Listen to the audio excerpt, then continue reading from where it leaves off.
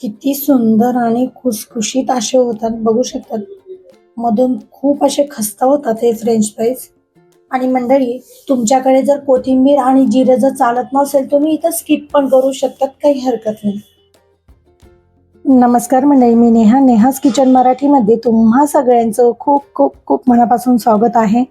आज आपण Mahashivratri special उपवासाचा French fries कसा करायचा तो पाहणार आहोत. खूप साधा सोपा, खायला लागतो आणि खूप साधे सोपी रेसिपी झटपट बनवून तयार होतो. याच्याबरोबर चटणीची गरज नाही लागत. खूप सुंदर, खायला अप्रतिम असा हा भन्नाट आयटम लागतो.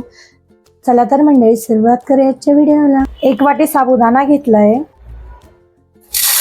तो एका भांड्यात काढून घ्यायचा. आता हा साबुदाणा 3 ते 4 पाण्याने स्वच्छ धुवून घ्यायचा आहे.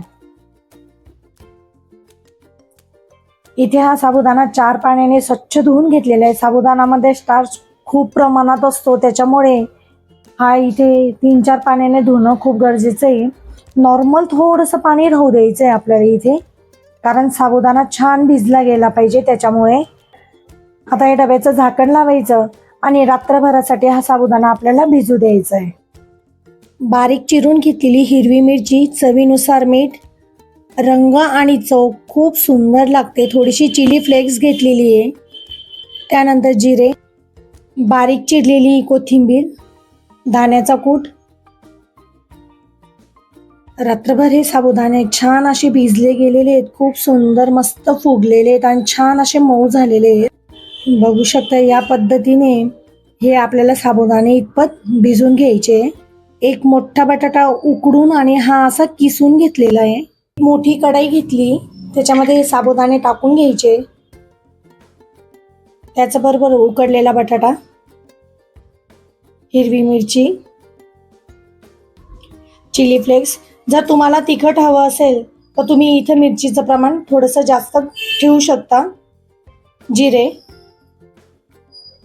चवीनुसार मीठ, बारीक चिरलेली कोथिंबीर आणि दाण्याचं कूट. आता हे सगळं जिन्नस हाताने छान असं मिक्स करून घ्यायचंय. मस्त असा गोळा तयार करून घ्यायचा आहे. मस्त इथं असा गोळा भिजून घेतलेला आहे हा. इकडे फ्राईज बनवून होता तोपर्यंत दुसऱ्या साईडला आपण तेल गरम करत ठेवलेले, लगेच तळून घ्यायचे. थोडंसं हे मिश्रण घ्यायचं आणि छान असा फ्राईजचा शेप देऊन घ्यायचा याला.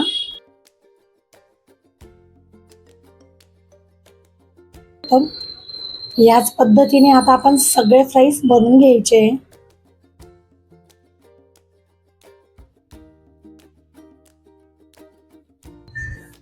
बघू शकता मंडळी, इथे सगळे फ्राईज बनवून घेतलेले, खूप सुंदर झालेले आहे. पाहू शकता तेलही इथं छान असं तापलं गेलेले आहे.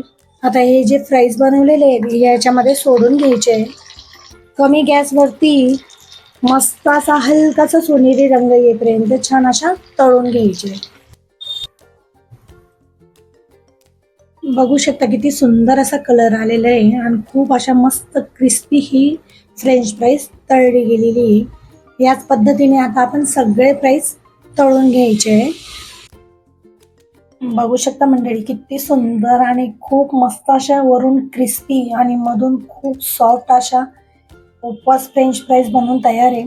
खायला अफलातून लागते, याच्याबरोबर चटणीचीही गरज पडत नाही. बघू शकता खूप सुंदर अशा झालेल्या आहे. तर मंडळी, ह्या महाशिवरात्रीला तुम्ही पण नक्की ह्या फ्रेंच फ्राईज ट्राय करून बघा. खूप सुंदर, खायला अफलातून अशा लागतात.